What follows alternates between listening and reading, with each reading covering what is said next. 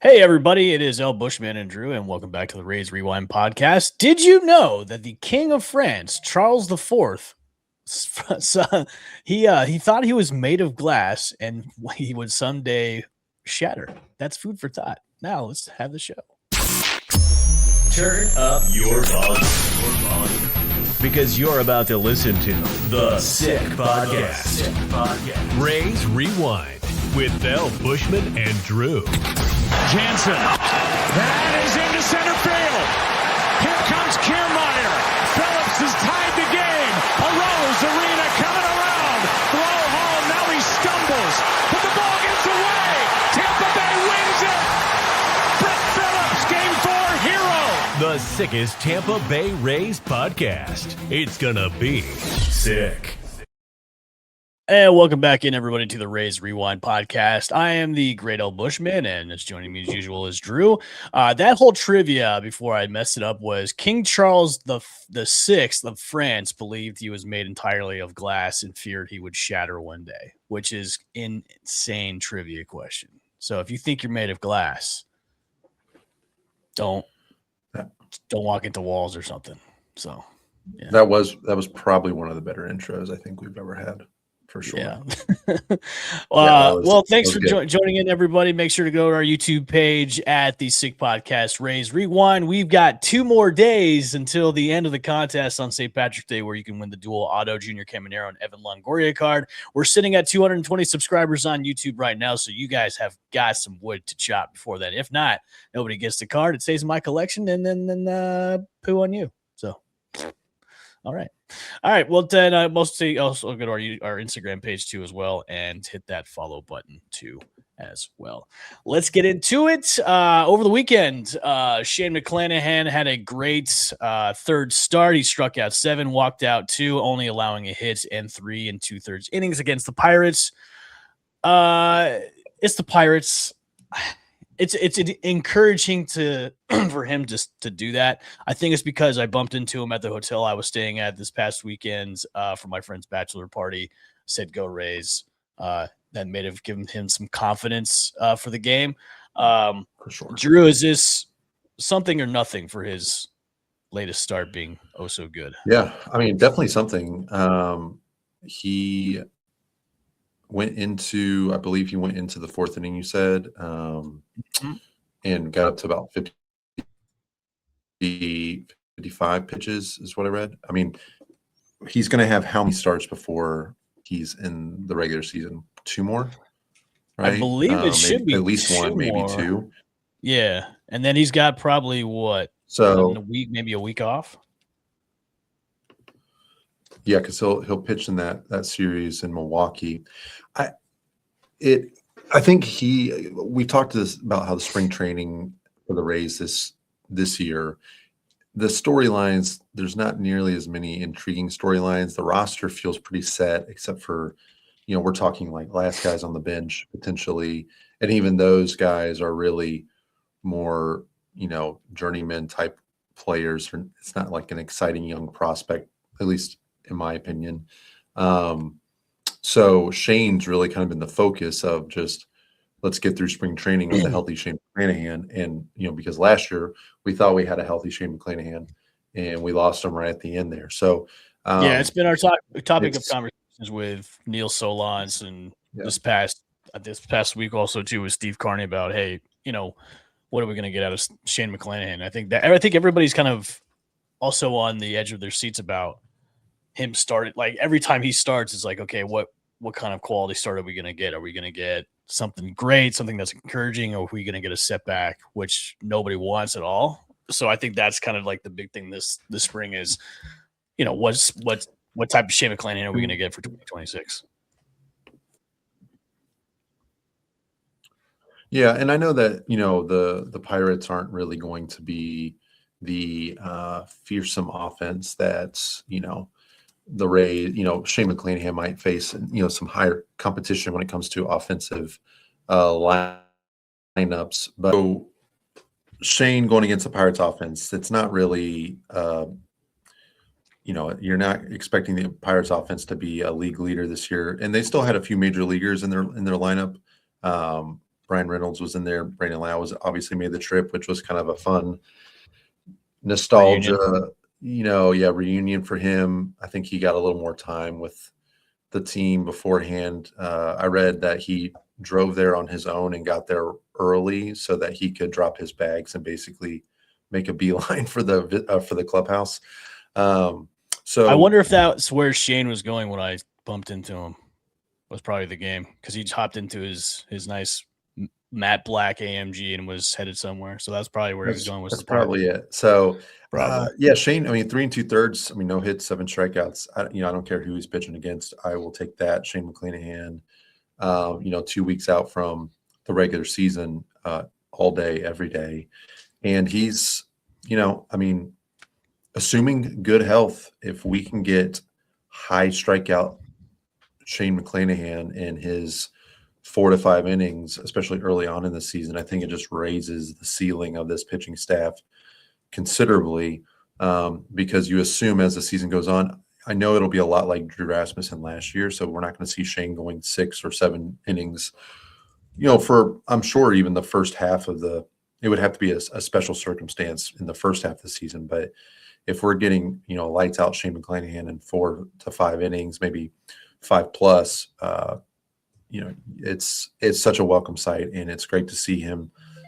Seems like he's happy, he's healthy, he's been through a lot injury wise, on the family side as well. So just to be able to see him be, I think, confident and just enjoying being out there, and kind of that smile that he seems to have all the time now. It's good to see from him, and the Rays ace, hoping that he can get back to that form.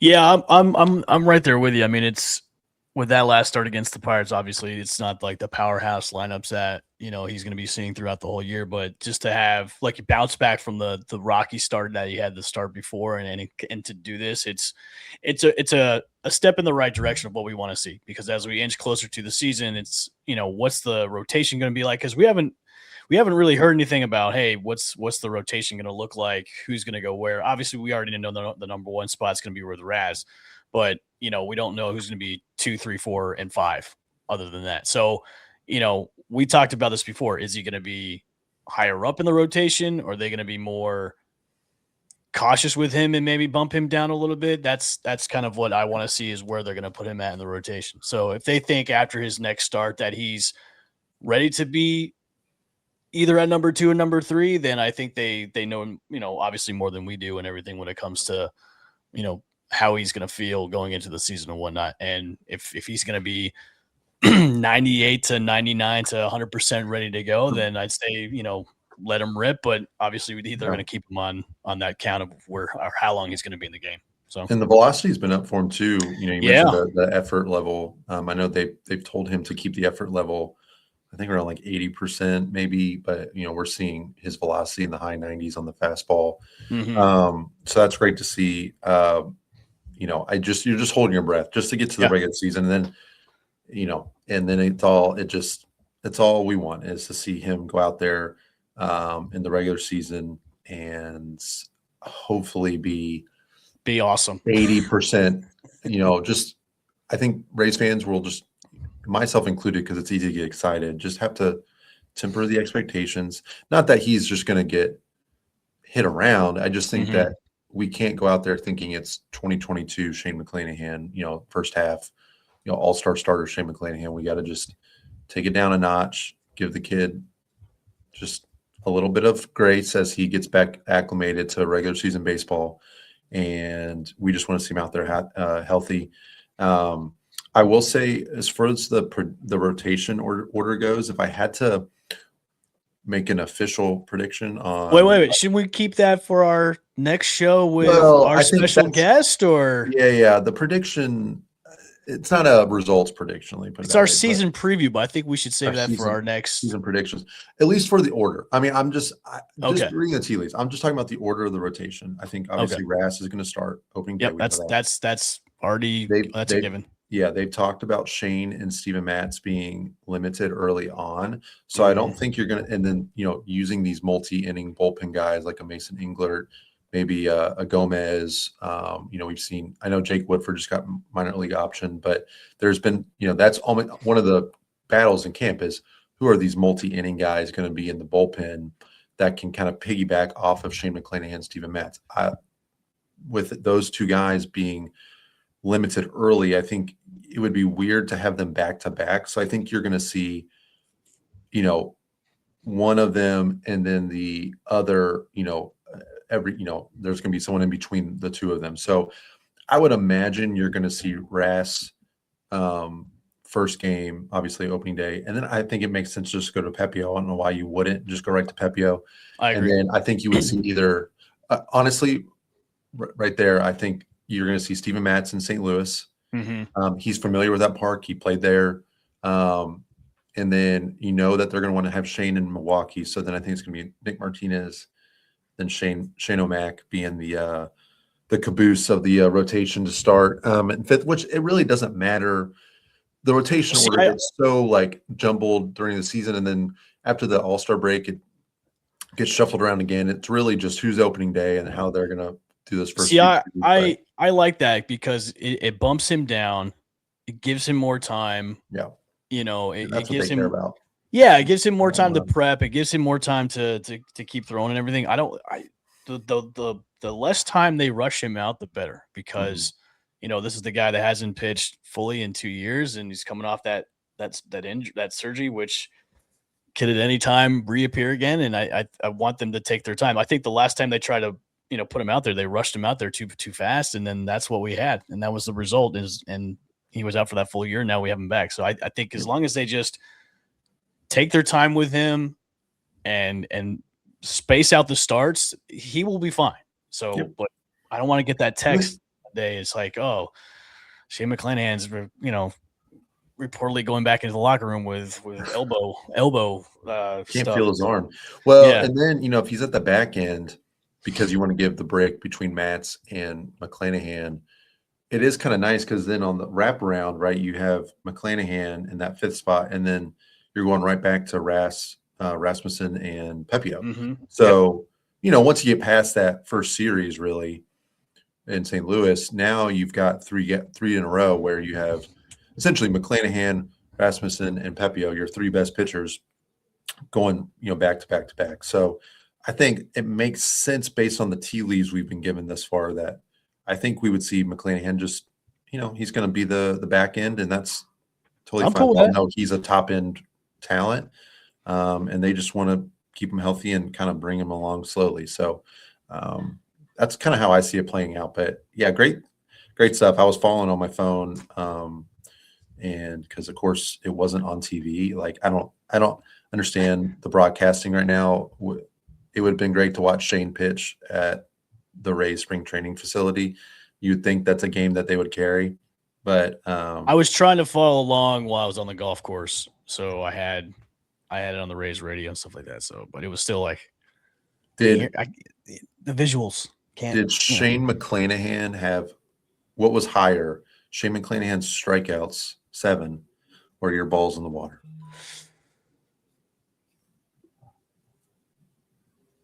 He had more strikeouts than me. Well, you had to really kind of think through that. That took you a little bit of time. So I know I'm trying to think how many I hit. I hit less than he had strikeouts. So I'm just saying it feels like it was close then. It was close. Okay. It was close. I think he beat me by maybe 1.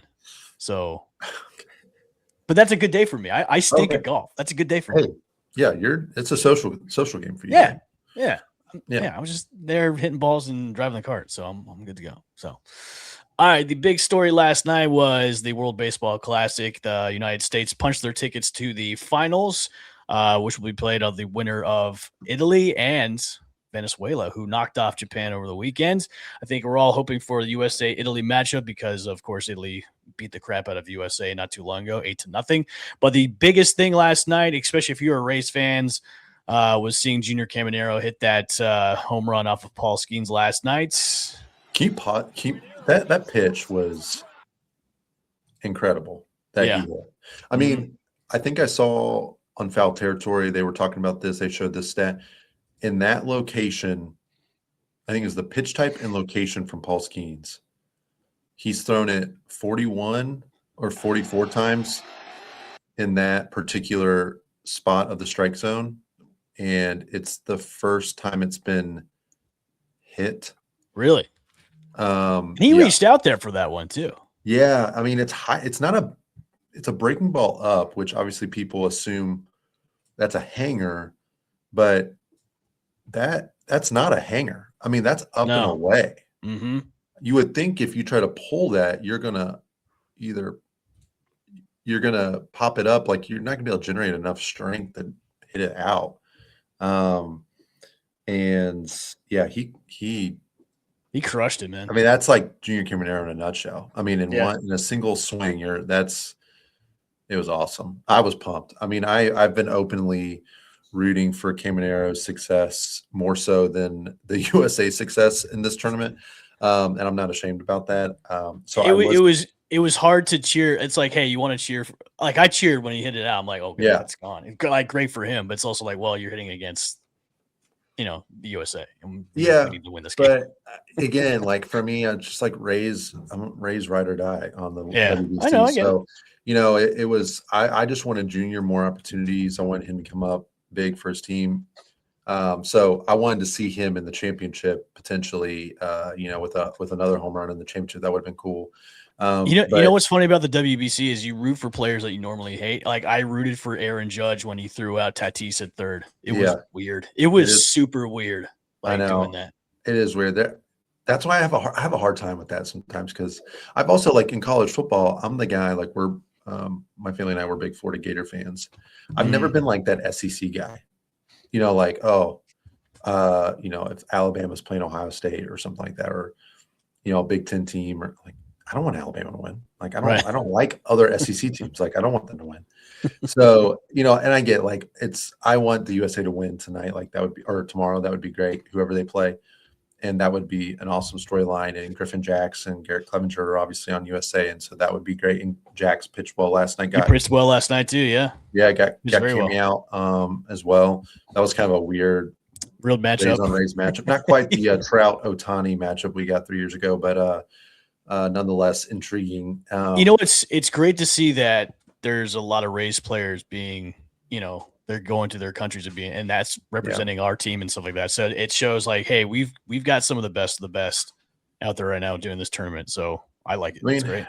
Yeah, we said from the jump, like I just wanted Junior to have a Randy Arozarena type tournament where the spotlight was on him, where he was making headlines with his play and kind of achieving that global superstardom that had eluded him previously. And Randy's kind of faded away, man. It's the Junior Caminero show now. Yeah, definitely. And I think a mission accomplished. I think he absolutely did that. You're starting to see, Jeff Passan, I believe, had Junior as a runner-up, or somebody that was a dark horse MVP winner this year. So it's just been great to see. I can't wait to watch Junior this year. I think, again, going back to all the talk about him moving back to the Trop and getting away from Steinbrenner, I think it's way overblown. I think if you watched enough Rays games last year, you saw the improvement he made in the second half, and especially in the last 2 months, and then just the off the field stuff that he's achieving and just taking on as the leader. Did you see him do another interview with Ken Griffey, and his English has gotten super good? Yeah. Did you see that? Yeah, I did see that. Interviewing with my favorite player of all time. You got Caminero. It's just so sky's the limit for him, and I just think real Rays fans know that, like, he chases a little bit and he'll hit in the ground the double plays every now and then. He almost hit in one last night, got lucky on an error. Yeah, but I just think sky's the limit for him. And I will say real quick that talking in English, we've given him praise and props for learning it. I saw Jonathan Aranda. I just want to call out Jonathan Aranda. I saw him give an interview in English as well, especially after one of their first games in Houston. Mm-hmm. He hit that home run, and I saw him get interviewed by someone on the broadcast team, and he did his interview in English. And I am pretty confident. I don't remember him doing a single interview in English last year. I think he always had an interpreter. He did, or a translator. And so I just want to give him props as well, because obviously he's put the work in. Do you kind of know what's funny is he's been using an interpreter for spring training, but when it comes to WBC, he hasn't. Interesting. Yeah. Yeah, maybe it's just so get more comfortable. I don't know. Maybe it's the questions. I mean that he was asked. The last game I saw when he did comfortable. spring training, he had an interpreter there, but like Interesting. for WBC, he's been doing English. Just one of those little things to like notice this year, see how that works out. But yeah, I mean, he's also an important part of this team, and so I think it's great to see him. Yep. Obviously taking on that leadership role as well, and just doing the little things a little bit extra, going above and beyond. All right, we'll end the show on this. We'll talk about this for a little bit. This is what closed out the game last night, was this pitch from Mason Miller to Perdomo. Oh. And ended the game. Yes, and that was the pitch that sealed the deal for the USA. Mason Miller's a freak, isn't he? He is. What did he throw, 102 to Junior? Yeah. Yeah. Blew it right by him. Now, nobody wants to win a game on a questionable call like that, but that was a ball. Yeah, it was a ball. It was a blatant ball. And I understand, like, everybody plays by the same rules, so everybody knows that ABS wasn't going to be a part of this. But like, how Major League Baseball, like, how do we not have ABS ready in time for the World Series? Yeah, the World Baseball Classic's coming in 26. Why would you not think ahead and try to get that implemented in time last year, so that we could have it in the World Baseball Classic? See, my question is, are they going to have it for the Olympics? If baseball ever comes back for the Olympics, are they going to have it for the Olympics? Yeah, I mean, I would imagine they will. I know they're going to have to talk about that in the CBA agreement coming up about if Major League players can participate. So I'd imagine if they do participate, then that'll be a part of the competition, and it should be. I mean, it'll be good to see. Good to see that in 2029, I guess. So, do you think do you think that call taints them going forward? No. Okay. Do you see Juan Soto's comments about? No, I didn't. You would have won that game if you were the best team, bub. Like, look. What did he say? He said, "We all know who the best team was that played last night." It's like, well, you're channeling like Canada hockey right now when you're saying that kind of stuff. Yeah. I mean, the USA just made more plays, especially defensively. They had their chances. The better pitching too. Better pitching. Republic the pitching was lights out. I mean, the bullpen was nasty. Bullpen was fine too. It's just, but to me, watching that game last night, I think that's what you wanted to see. You had the best pitching against the best hitting matchup, and that's what you got. It was a low-scoring game. Like, Skeens, like, except for the Junior Caminero home run, Skeens was pretty on point. Who's the pitcher for DR last night? Severino. Yeah, Severino was great. Even Severino was great. I mean, he gave up the 2 dingers. He gave up one home run, and we gave up a few hits too. But other than that, he was pretty great too on the mound as well. I mean, it's everything that you wanted to see. Everybody wanted that matchup. Like, everybody did, and that's the matchup you got. I think obviously we all wanted USA to come out victorious, and they did. But as a game last night, I was on, my couch just going, okay, bottom of the ninth, this is going to get dangerous right now, and it almost did. So I'm glad the game was a good one. Yeah, I think you feel like the winner of that game was probably going to win it all. It'd be the favorite tomorrow night. Man, Italy's such a good team, though, man. I know they beat them before, but I don't know. They didn't even think they had to win that game, the U.S. apparently. So they know they got to win the championship. So we'll see. Yeah, I'm excited to watch tonight's game. Venezuela. I think this is the first time in 16 years, and then it's the first time for Italy being in the semifinals. So this will be kind of a fun matchup to see. So short show for us today. Not much to talk about. We've got our season preview show coming up with a special guest who you all may or may not remember in Ray's lore.